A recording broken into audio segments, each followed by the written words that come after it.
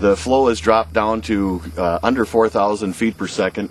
We have a temperature of about 75 degrees, 74 degrees I believe it is, and there's no flow. So what we're going to be fishing with tonight for flatheads is cut bait, and we're using cut suckers tonight, and we're using big chunks of cut suckers. I've got a half of one here yet.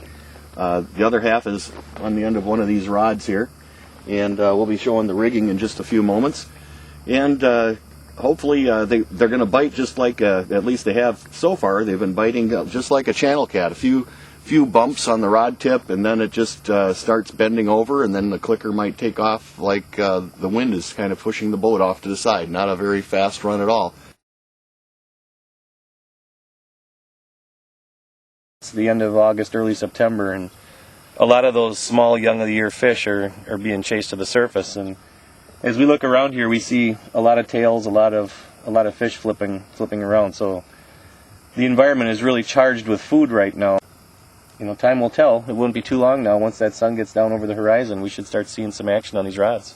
One thing I'm hoping for tonight is that we'll be able to see a flathead pushing the shad up to the shallows, and we might actually see the flathead's head come out of the water and close its mouth on these shad and the bait that's in the water. Well, I went to Jimmy's bait this afternoon and picked up some fresh suckers, and Jimmy has some really nice suckers. That's one of the smallest ones I have in my bait tank, and he wants to get going. So, well, the way we're rigging these tonight for our flatheads is I'm just taking them, laying them out, and hanging on to them. And I've cut them diagonally right about here, just ahead of the fin, and then I put a few slits on the back just to get a little bit of the flavor coming out. Is that necessary? I don't know, but it makes me feel better. And then I take my 10-aught Gamakatsu hook with this is a little long leader, but usually 6 to 8 inches, and a swivel on the end. And I hook them in the belly, which kind of holds the gut in, and then I try to get into the bones of these fins up in front, and that kind of holds it in the spot.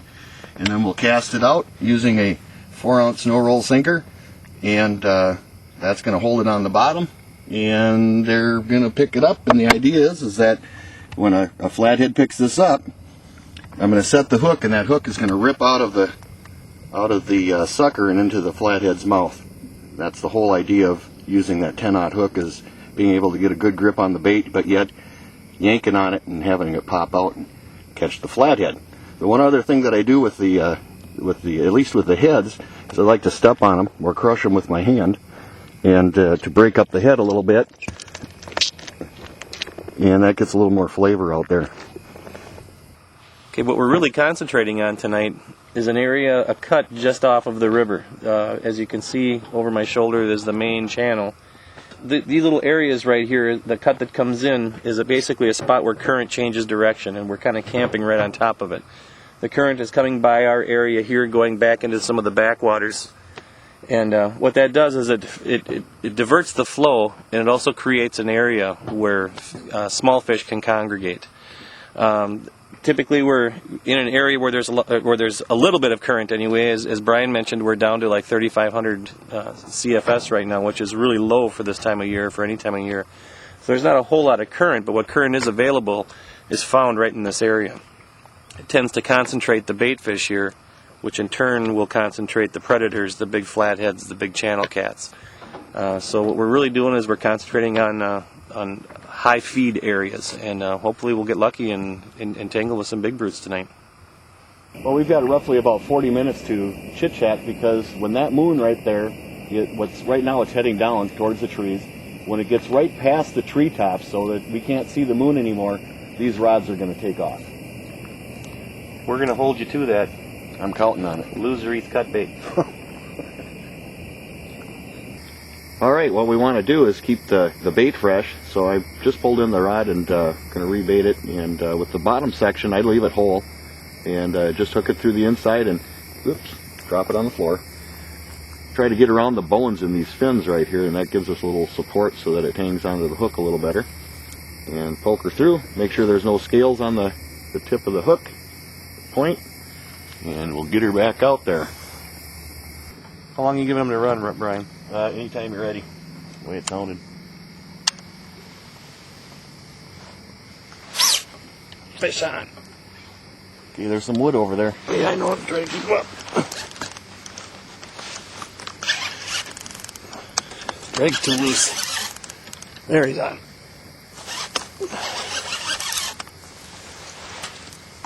Kitty, kitty, kitty, kitty. Oh, he's a nice fish. Oh yeah, he's a nice fish. Well, if he takes out line, he's going to be at least 20 pounds. He's over 20. Okay, this is the time we would normally get out our cards and start playing Yeah, he's over 20. a hand. He's going to be close to it.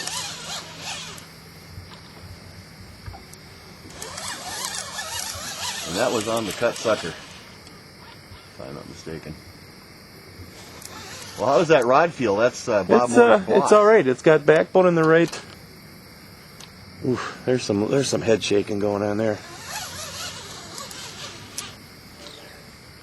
He's rolling. You can feel him roll up the line.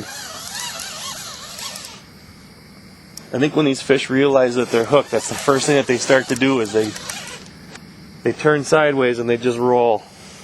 And a lot of times when you get them into the boat, you'll see the line through their slime coat where there's actually wrap marks on the fish. It looks like you're having a little fun with them. Yeah, we got the drags tightened down on that 7,000. There he is. Here he comes. There we go. You get that, James?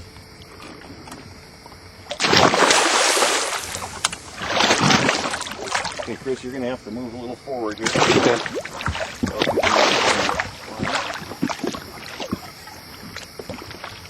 Let's see if I can do a blue flex net job here. Oh, much better than blues. That's a dandy. Good job. You ready? Here he comes. If you want to make sure I got a little line there. Here goes the net again. I'd say maybe a little more than 20. Yeah. Actually, as long as we got him in the net, let's get a scale on him. And see how we did here. All right, maybe you can read that for me, and I'll lift. Oops, Whoop. I'll lift. Here, why don't you get it right here in the netting? Ever since There you go. Dan Thiem caught that 57, I've been having some problems with this net on the scale. 27, 13. Nope, 29. 29, 12. All right. No, if you put a handle on that, that'd be about a 5-gallon bucket. Is he coming? No, he's gonna need a little help. All right. If I can get in there. Here it comes. There you got it. All right. Nice fish. There's the end result of a long night on the water. 29 something. He's nice green speckled. And look at those whiskers on there. Yeah, that's one of your big females all spawned out. You can see why they call them a flathead. Very small eyes for a fish that size. Fish is actually blind in one eye. Is it? Yep. Oh yeah, it is, isn't it? I don't know if we can get a picture of the teeth on these, but you know, for a top predator of the river, if you take a look at those teeth, it's just like sandpaper in there. And they swallow everything whole. They don't really chew anything up. It's just sandpaper.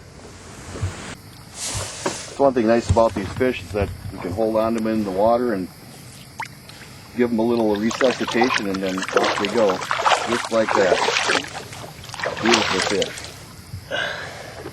Nice job, Mr. Tuck. Thank you, Brian, for putting us on those Thank fish. You just slide me again.